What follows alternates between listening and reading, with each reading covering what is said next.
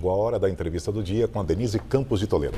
E nós voltamos a falar hoje do marco temporal, tema que divide defensores dos direitos dos indígenas, ambientalistas, o setor agropecuário. Ontem eu conversei com o professor de Direito Álvaro de Azevedo Gonzaga, que é contrário ao marco temporal. E agora eu converso com o Aldo Rebelo, que é ex-ministro da Defesa, Ciência e Tecnologia, da Coordenação Política e Assuntos Institucionais, também foi ministro do Esporte e presidente da Câmara, não é? Aldo Rebelo, boa noite. Boa noite, Denise. Boa noite aos telespectadores. Bom, e vamos falar então do marco temporal, né? Como eu falei, ele divide opiniões, né? Tem interesses em jogo, os ambientalistas, os defensores dos indígenas, temem que esse não respeito a permanência, a localização deles agora, leve a problemas mais sérios aí de preservação, não é? De respeito mesmo às tradições, à localização que eles estão. Só que, por outro lado, o agronegócio teme que terras hoje ocupadas com produção se transformem em terras indígenas, não é? E essa transição é muito complicada. O senhor já se manifestou favorável ao marco temporal, até com a argumentação do que está previsto na Constituição. E eu queria saber hoje qual a sua avaliação de todas essas discussões. Denise, esse debate envolve duas constatações. A primeira é que está entre as populações indígenas os piores indicadores sociais do Brasil. As maiores taxas de mortalidade infantil entre a nossa população está entre as populações indígenas. As maiores taxas de analfabetismo entre as populações indígenas.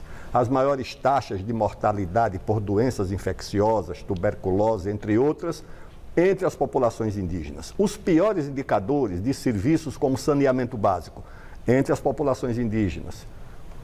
A água tratada, o pior indicador entre as populações indígenas. Serviço como luz elétrica entre as populações indígenas. Então, as populações indígenas constituem as populações mais abandonadas e mais negligenciadas do país. A segunda questão é que isso você não vai resolver ampliando a demarcação de áreas para as populações indígenas, porque se isso resolvesse, os Yanomami que receberam uma área correspondente não, maior do que o estado de Santa Catarina, que tem 95 mil quilômetros quadrados, maior do que Portugal, maior do que Rio de Janeiro, Espírito Santo, Alagoas, tudo junto, os Yanomami vivem numa situação de penúria. Eu estive lá várias vezes, porque o problema não é a terra. Se o problema fosse a terra, eles deveriam estar exportando alimentos e vivendo num padrão de vida muito elevado. Mas vivem numa situação de subnutrição e de abandono, porque o problema não é a terra. A terra é uma agenda de interesses internacionais, de organizações não governamentais financiadas do exterior, que querem imobilizar em terras indígenas as áreas mais ricas em minério do Brasil, as áreas mais propícias para a atividade agrícola no Brasil e, principalmente, dividir artificialmente o país. Por quê? Porque o problema não vai ser lá na Amazônia, porque na Amazônia a densidade demográfica é baixa, vai ter problema, mas não vai ser tão grave como aqui no Sul e no Sudeste, em Santa Catarina, em São Paulo, no Paraná, no Rio Grande do Sul, no Nordeste, que você vai jogar remanescentes de indígenas contra outros remanescentes de indígenas que são pequenos proprietários. É isso que vai acontecer. Agora, esse problema que os indígenas enfrentam não é uma questão de gestão mesmo, de abandono, questão, por exemplo, de atendimento médico, que não se trata nem de infraestrutura de cidades, uma questão de energia elétrica e saneamento, porque até por uma questão cultural, eles podem preferir ficar mais afastados. Agora, de assistência médica, haveria necessidade, sim, de possibilidade, de oportunidade de educação. Então, essa não é uma outra discussão que é diferente da divisão de terras, de se discutir o marco temporal, não é uma outra questão, porque mesmo os que já têm essa terra preservada, né, as reservas indígenas, não têm assistência, foram abandonados, né? Nós vimos aquelas imagens horríveis que o senhor citou, inclusive as crianças morrendo de fome e doença, né? Eu tive naquela área, agora muitos anos passados. Antes de ontem, recebi um telefonema de um amigo, que eu não conheço o índio da televisão. Eu conheço o indígena porque visito, porque já acampei com eles. Me ligou um cacique, líder Chavante, de Nova Chavantina, para dizer que essa agenda da FUNAI é só para inglês, ou principalmente americano ver, porque eles são muito próximos da Embaixada dos Estados Unidos e das embaixadas europeias. Ministério do Meio Ambiente, Ministério de Populações Indígenas, FUNAI, essa gente vive muito mais para a agenda do exterior do que para os interesses dos indígenas. Não moram mais nas aldeias, são indígenas que hoje ou vivem em São Paulo, ou vivem em Paris, ou vivem na Europa, abandonaram completamente os irmãos indígenas que vivem em situação de penúria nas aldeias. Esse telefonema de Nova Chavantina, o cacique diz, olha, aqui a situação está muito difícil, não tem remédio, não tem assistência. Por quê? Porque se você não cuidar de enfrentar a situação dos indígenas naquilo que é a sua realidade, as suas carências, se você achar que onde tem uma terra produtiva, onde tem uma terra ligada à mineração, como aconteceu agora em Altazes, lá no Amazonas, era uma área onde tinha a promessa de uma das maiores minas de potássio do mundo, essencial para a nossa agricultura. O Brasil importa 80% do potássio que consome. Chegou em cima dessa área, o Ministério Público e a FUNAI criaram um grupo de trabalho há 15 dias. Para quê? Para demarcar em cima da mina uma área indígena para inviabilizar o aproveitamento dessa riqueza. É esse o trabalho que faz a FUNAI e, em grande parte, na Amazônia, o próprio Ministério Público. Agora, doutor Rebelo, nós temos, além da discussão do STF, que ele vai chegar a uma conclusão em relação a uma ação específica que é de Santa Catarina, do Estado de Santa Catarina. Foi isso que motivou essa votação do Supremo. Não é, é uma posse que foi requerida pela Fundação do Meio Ambiente, lá do Estado de Santa Catarina, como eu disse, numa área declarada como de tradicional ocupação dos indígenas. Isso numa reserva biológica lá de Santa Catarina. Então, haverá o julgamento e o que se coloca é que a decisão do Supremo pode ser estendida a toda essa discussão. E nós temos, paralelamente, um PL que está no Congresso desde 2007. A gente estava até calculando isso, o senhor saiu um pouquinho antes da presidência lá da Câmara, não é? Antes de ser apresentado esse PL, e nunca foi discutido. E aí se fala que é uma matéria legislativa, só que o Legislativo deixou de lado, e agora que entrou em regime de urgência, porque tem essa possibilidade de votação no Supremo.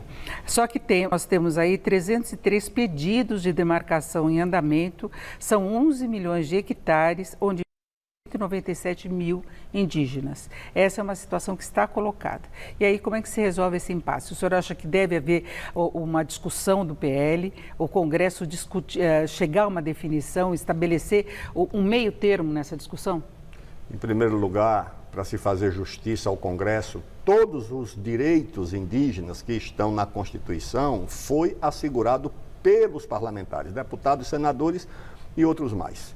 O Supremo vai cometer mais um grave erro. Cometeu um grave erro no caso da Raposa Serra do Sol, contrariou a maioria das populações indígenas a fazer a demarcação em área contínua, que os indígenas não queriam uma demarcação em ilhas. O ministro que decidiu isso, Denise, com todo respeito, ele não foi uma vez a Roraima, ele não entrevistou um índio, ele decidiu sobre uma matéria que ele literalmente desconhecia e decidiu de maneira errada, como está decidindo mais uma vez no Supremo, sem saber a realidade do país. É como se fosse um tribunal de causas e não um tribunal que parte da realidade do país. Eu conheço o caso de Santa Catarina. Eu vi casos de pequenos produtores de Santa Catarina que emprestaram a área para os indígenas produzir na agricultura e depois chega um antropólogo e diz, reivindica essa área para você. Conheço casos do Maranhão, de divisão de famílias e de parentes descendentes de indígenas, uns querendo a demarcação das terras dos outros. Conversei com gente, não é ruralista não, conversei com gente do Sindicato dos Trabalhadores Rurais, do PCdoB, que disseram para mim que aquilo era um absurdo, porque não é a política que interessa aos índios, é a política que interessa a FUNAI, e a política que interessa a FUNAI é a política que interessa aos interesses internacionais, que querem uma Amazônia para quê? Um jardim botânico para europeu rico produzir, emitir carbono, e nós vamos viver na Idade da Pedra, lá na Amazônia. Por favor, isso não. Então, mas aí qual seria a saída para esse impasse que está colocado e que pode ser reafirmado pela decisão do Supremo? O primeiro é que não há uma outra interpretação da Constituição. Está lá o artigo 231, o verbo está no presente do indicativo. Eram as áreas ocupadas efetivamente pelos indígenas, que deveriam ser demarcadas até a Constituição ser promulgada em 1988. Agora eles querem ampliar isso. Se houve caso de usurpação de indígenas, porque São Paulo também era uma cidade indígena. As pessoas pensam que isso aqui é uma cidade italiana. tem nada de italiano. Isso aqui é indígena. Morumbi, Itaquera, Ibirapuera, Tietê, Anhangabaú, isso tudo é indígena, que o cacique Tibiriçá distribuiu com os genros, com os netos, e foi virando uma cidade. Então, se você for reivindicar qualquer área onde os indígenas moraram, vai escapar pouca coisa do Brasil. Se eles foram e estão ainda em áreas remanescentes e foram expulsos violentamente e estão lá, isso deve ser recomposto para eles. O resto é se fabricar conflitos em série que não resolve a situação dos indígenas e cria uma divisão entre a população brasileira. Entidades da área agropecuária prevêem aí perdas, caso essas propostas sigam adiante, da ordem de 364 bilhões e meio de reais em termos de produtos agrícolas que deixariam de ser produzidos e 42,73 bilhões de dólares em exportações. Como é que o senhor vê essa estimativa? Porque é exatamente nessas áreas de conflito que eu citei que podem ser demarcadas. Esse é um prejuízo importante, que é o prejuízo econômico. Mas o outro tipo de prejuízo, a outra violência, Denise, em Roraima, eles queriam simplesmente a extinção de cidades. Ou seja, como é que você, por uma portaria de uma autarquia, que é a FUNAI, você extingue um ente federativo, um município? E eles queriam extinguir, eu levei a prefeita, aliás, uma prefeita do PT, do Partido dos Trabalhadores, a prefeita de Uiramutã. Levei lá no presidente Lula na época e disse: prefeita, diga para ele, onde é que você nasceu? Ela disse: presidente, o meu avô chegou nessa área em 1908, eu nasci nessa área, eu sou invasora do quê, pelo amor de Deus? É isso, eu agradeço muito a participação de Aldo Rebelo, ex-ministro aí de várias pastas e ex-presidente da Câmara. Muito obrigada mais uma vez, uma boa Denise, noite. Boa noite. Luciana Laerte.